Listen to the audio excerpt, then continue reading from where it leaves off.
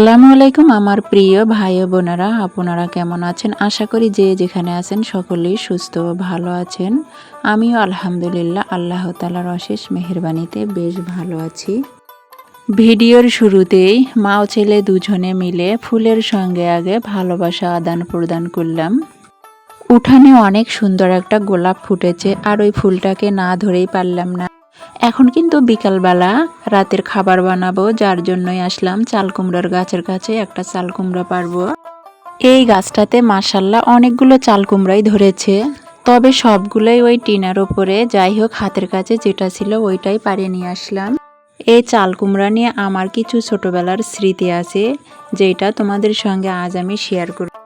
দেখেন চাল কুমড়াটা মাশাল্লাহ অনেক বড় হয়েছে।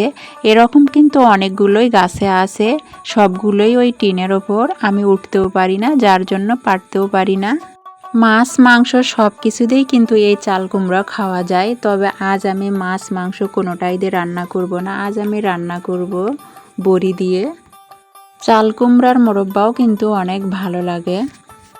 আকাশটা বেশ খারাপ করেছে, অল্প কিছুক্ষণের মধ্যেই মনে হয় বৃষ্টি নামবে। রেগুলার বৃষ্টি হচ্ছে এখন, যার জন্য দেখেন আমার উঠানটা শ্যাওলাতে একেবারেই ভরে গেছে। কুমড়োটা মাশাল্লাহ অনেক সুন্দর। এরকম কুমড়ো ঝোল করে খাইতে কিন্তু খুব মজা লাগে। আমি আজকে কুমড়োটা ঝোল রান্না করব। এই কুমড়োটা কাটতে কাটতে আমি কিন্তু ছোটবেলার অনেক কিছুই চিন্তা ভাবনা করলাম। তবে ভাবনার মধ্যে মনে হচ্ছিল আমি যদি আবার ছোটবেলায় ফিরে যেতে পারতাম। ছোটবেলায় যখন আমার মা ও চাচিরা এরকম লাউ কুমড়ো কাটতো, আমরা ছোট্ট ছোট্ট ভাই বোনেরা তাদের কাছে ভিড় জমে থাকতাম। তাদের কাছে দাঁড়িয়ে থাকার কারণ হলো, তাদের লাউ কুমড়ো কাটা হলে তাদের কাছ থেকে বীজগুলো নিব, আর সেই বীজগুলো দিয়েই নিজেদের বিয়ে ঠিক করব আমরা। ওই বীজগুলো আমরা ভাই বোনেরা কিন্তু ভাগাভাগি করে নিতাম, আর দুই আঙ্গুলে চাপ দিয়ে আকাশের দিকে ছুঁড়ে মারতাম। যার বীজ যেদিক যাইতো বলতাম তার বিয়ে সেদিকেই হবে। এই বীজগুলো যদি গ্রামের দিকে পড়তো তাহলে ভীষণ মন খারাপ করতাম, ভাবতাম তার বিয়ে গ্রামেই হবে। এতক্ষণ কিন্তু আমি আর আমার আব্দুল হাদি সেই বীজ নিয়েই খেলা করলাম, মানে আমার আব্দুল হাদির বিয়ে ঠিক করলাম। আমার সোনা বাবাটা ভীষণ খুশি হয়েছে, আমার বাবাও কিন্তু আজকে বীজ দিয়ে খেললো।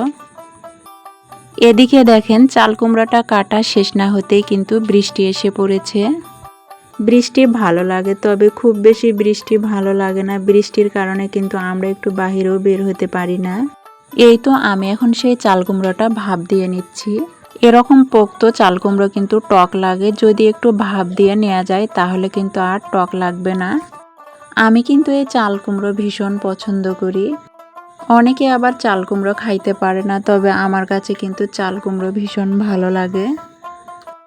দেখেন মাসকালাইয়ের বড়িতে কিন্তু চাল কুমড়োটা রান্না করলাম। আমার এই জীবনযাত্রা কারো যদি একটুখানিও ভালো লেগে থাকে তাহলে please like comment share subscribe করে আমার পাশে থাকবেন।